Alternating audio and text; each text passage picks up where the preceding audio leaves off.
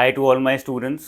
You have studied very hard for the examination, and now finally is the time when you will be seeing the results of your effort. At this point of time, a lot of students will be very anxious. In fact, majority of the students out there will be very anxious, and in that anxiety, in that issue of trying to figure out what to do before the examination, in the examination, and after the examination, we often tend to make some small mistakes, and those mistakes sometimes result in big blunders. और जो भी मेहनत इतने पूरे time period में करी है वो सारी मेहनत बेकार होने के चांसेस होते हैं. Therefore it's very important and it's my job to tell you guys कि आखिरी एक दिन में क्या करना है.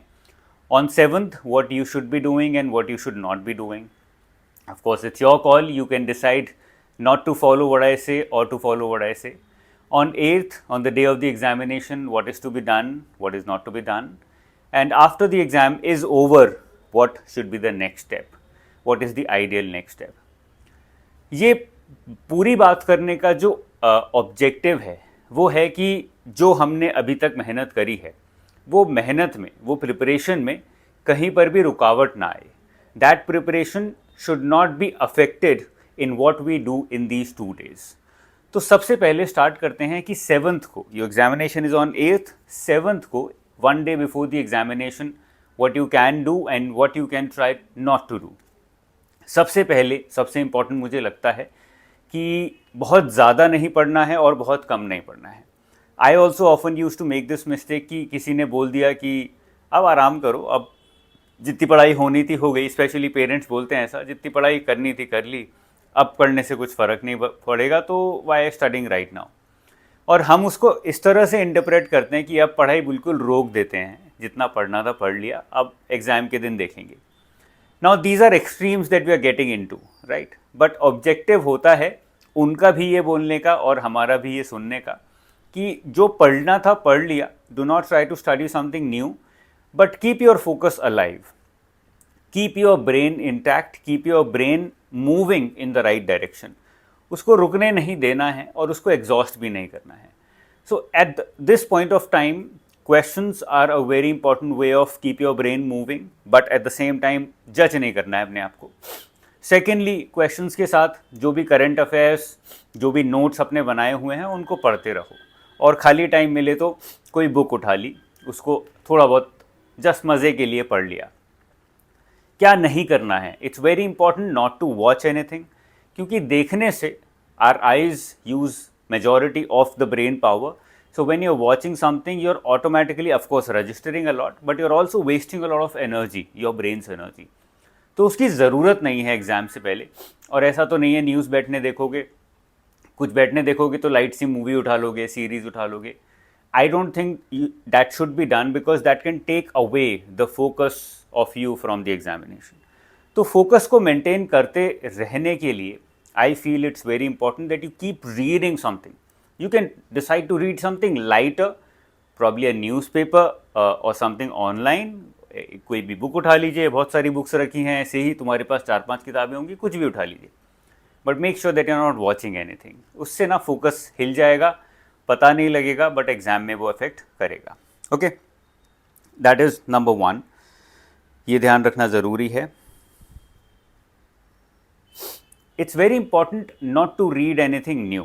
बहुत सारे स्टूडेंट्स ये गलती करते हैं, और एनजाइटी में ये होता है कि यार कल तक का न्यूज़पेपर पढ़ लेता हूँ, कल तक का करंट अफेयर्स पढ़ लेता हूँ.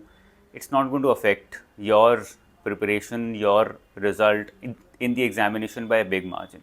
सो unless you are actually know that I'm reading it for fun or I'm not getting exhausted while reading it, only then do it. Otherwise it's better to revise whatever you've already read. ठीक है, अब आ जाते हैं exam के अंदर क्या करना है और क्या नहीं करना है. सबसे पहले तो मैंने नोटिस किया है, मैं एग्ज़ाम देने के लिए जाता हूँ स्टूडेंट्स के साथ देखने के लिए कि भाई एग्ज़ाम कैसा आया है, because RBI does not like to release its papers. तो ये चीज़ ध्यान रखनी ज़रूरी है कि एग्ज़ाम हॉल के बाहर जब आप बाहर खड़े हैं तो बहुत ज़्यादा अपने आप को फिर से एग्जॉस्ट ना करें mentally. Lot of students start talking to other students और उसमें बड़ा एनर्जी वेस्ट करते हैं. अगेन, बोलने से मेजॉरिटी एनर्जी आपकी निकल जाती है ब्रेन की. Why are you doing that before the exam? It's not required. Just stay calm and composed, not anxious but calm and composed, and focus on yourself. Focus on what you're going to do in the exam hall. Focus on going blank for a while. It's good to be blank for a while, not to think anything at all and to just stare into nothingness. That is also fine. जब exam hall की line में खड़े हो तो खाली भी खड़े हो तो कोई प्रॉब्लम नहीं है. It's completely okay, it's very human. It will help you get back your focus. It's like meditation. Okay, तो बहुत ज़रूरी है कि एग्ज़ाम हॉल से पहले बहुत ज़्यादा एग्जॉस्ट ना किया जाए. और लोग बात कर रहे हैं, डिस्कस कर रहे हैं, करने दो उनको. That is what they have decided. Your job is to focus on your paper in a certain way. Exam hall के अंदर जब बैठे हो तब क्या करना है और क्या नहीं करना है. सबसे पहले तो every question has to be read twice, specially GK. क्यों? क्योंकि बहुत सारे क्वेश्चंस के आंसर्स गलत होते हैं क्योंकि आप क्वेश्चन को ढंग से नहीं पढ़ते हो. तो क्वेश्चन ढंग से पढ़ोगे, 2 बार पढ़ोगे, ऑटोमेटिकली कॉन्फिडेंस आएगा. फर्स्ट टाइम पढ़ोगे लगेगा नहीं आता आंसर, सेकेंड टाइम पढ़ोगे लगेगा हाँ क्वेश्चन का आंसर शायद मुझे आता है. सेकेंडली, वेरी इंपॉर्टेंट, क्वेश्चन 2 बार पढ़ लिया लेकिन अगर हर 30 मिनट के बाद अपने ब्रेन को ब्रेक नहीं दिया थोड़ा सा भी, तो क्या होगा कि ब्रेन एग्जॉस्ट हो जाएगा. कितनी भी प्रैक्टिस कर ली हो 2 घंटे के टेस्ट लिखने की, 30 मिनट 35 मिनट हर स्टूडेंट का अलग होता है, 40 minute, less than an hour, 20 minute किसी का होता है. उसके बाद 30 सेकेंड का ब्रेक अपने आप को देना है. Just keep down everything, close your eyes, take a break for 30 seconds and then start again. बहुत ज़्यादा फ़र्क पड़ेगा आपकी परफॉर्मेंस पे. ठीक है, अभी तक नहीं किया है तो don't try to change much, but मैं काफ़ी टाइम से बोलता आ रहा हूँ स्टूडेंट्स को कि भाई ये करो. तो अगर किया है पहले practice, make sure that in the anxiety of completing the paper ये छोड़ो ना एंड में. 30 मिनट के बाद, 35 मिनट के बाद take a small break of 30 seconds, it's okay. Number 3, always carry a water bottle, because जब गला सूखता है, यू नॉट hydrated enough, automatically it affects the functioning of your brain. So you don't have to be overhydrated but not underhydrated as well. थोड़ा थोड़ा पानी लेते रहो. It also makes you calm, ठंडा पानी अंदर जाता है, and at the same time it will also help you stay focused.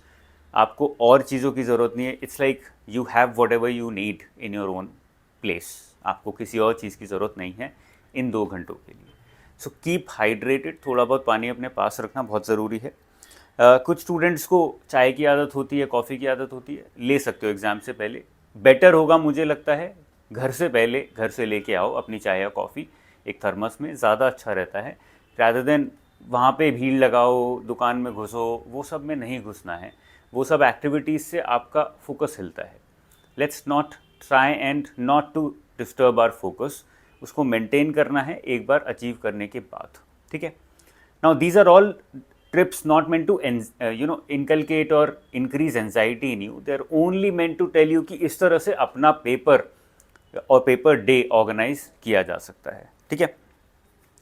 Yes, don't eat too much और टू लेस. ये भी बहुत बड़ा प्रॉब्लम होता है.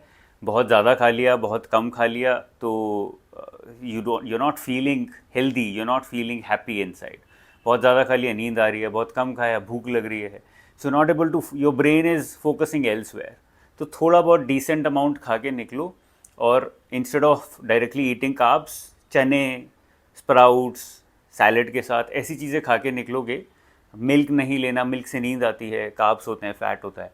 तो थोड़ा सा लो कार्ब डाइट लोगे तो your body will be more active. खाने में शायद मज़ा ना आए बट बाद में बॉडी काफ़ी एक्टिव रहती है. So try and maintain that is very important. ठीक है. लास्ट पे आते हैं एग्ज़ाम हॉल के बाद क्या करना है. अब मैं भी जब एग्ज़ाम देने जाता हूँ, I also feel exhausted after the exam. किया 2 घंटे बैठ गए, थक गए.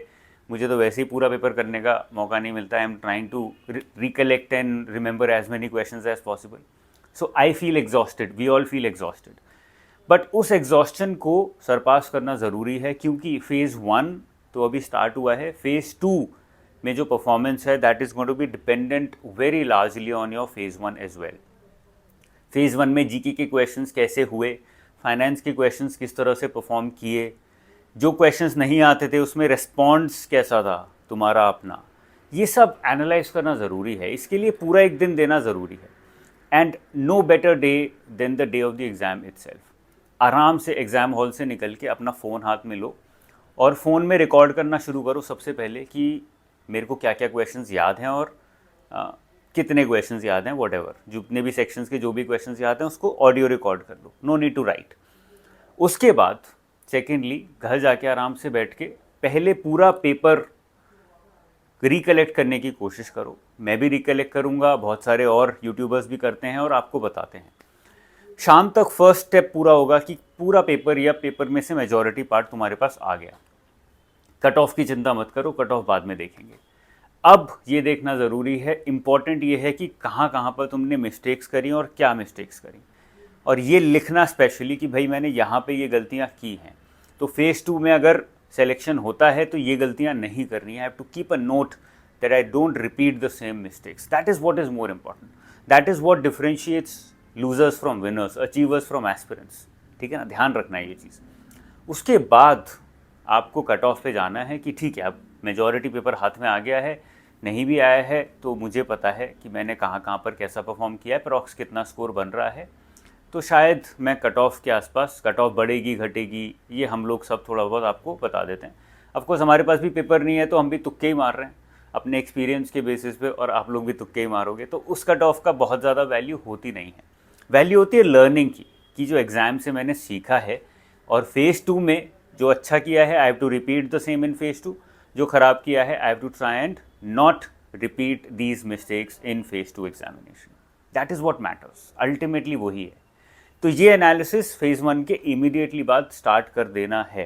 क्या हो तो घर आके 1 आध घंटे सो जाओ, आधा घंटा 1 घंटा, दैट्स फाइन। ये एनालिसिस जब करोगे 8th को, तब मैं 9th को आपको बताऊंगा कि भाई अब फेज़ 2 के लिए क्या करना है। अगर ये एनालिसिस नहीं करोगे तो मेरी वीडियो 9th की देख तो लोगे बट उसका कोई फ़ायदा नहीं होगा बहुत ज़्यादा। So this is the entire cycle, what to do 1 day before the exam, during the exam and after the exam. अगर ये तीनों चीज़ें करोगे यू विल ऑटोमेटिकली सी कि मैं फेज़ 1 के लिए भी ज़्यादा अच्छे से रेडी था और फेज़ 2 के लिए भी ज़्यादा अच्छे से रेडी हूँ। This brings me to the end of this session. I am very sure you are going to do well. अच्छा, जो भी क्वेश्चंस आपको याद आते हैं put them down in the link below. मैंने टेलीग्राम ग्रुप का लिंक डाला है, उसमें क्वेश्चन शेयर कर दीजिए। जैसे ही एग्ज़ाम पूरा हो जाए, जो भी ऑडियो फाइल भी शेयर कर सकते हो, लिख के भी कर सकते हो। It will help me understand the question paper better. मैं क्वेश्चन पेपर रिक्रिएट कर पाऊँगा और उसके बेसिस पे ही मैं फेज़ 2 की गाइडेंस भी क्रिएट कर पाऊँगा। जैसे नाबार्ड में बहुत सारे बाउंसर्स आए तो पता लगा कि यार आरबीआई में भी ऐसा कुछ हो सकता है, तो हम उसके बेसिस पे चेंजेस ऑलरेडी कर दिए हैं बहुत सारे। तो ये चेंजेस फेज़ 1 में जो होंगे या नहीं होंगे वो हमें फेज़ 2 में गाइड करेगा। So it's very important that you pen down the questions that you remember and give it, share it on social media, my Telegram group और एनी अदर ग्रुप, जिससे कि मुझ तक वो क्वेश्चंस पहुंच पाएँ और मैं एक क्वेश्चन पेपर रिक्रिएट कर पाऊँ। ठीक है, so that is all from my side. All the very best. I am sure all of you are going to do well. Have belief in your self, stop, do not compare yourself with anyone else out there. Have that belief that you have done your best, you have prepared your best, and now is the time to see the outcomes of that by giving out your best again in the final examination. All the best, take care, bye bye, over and out.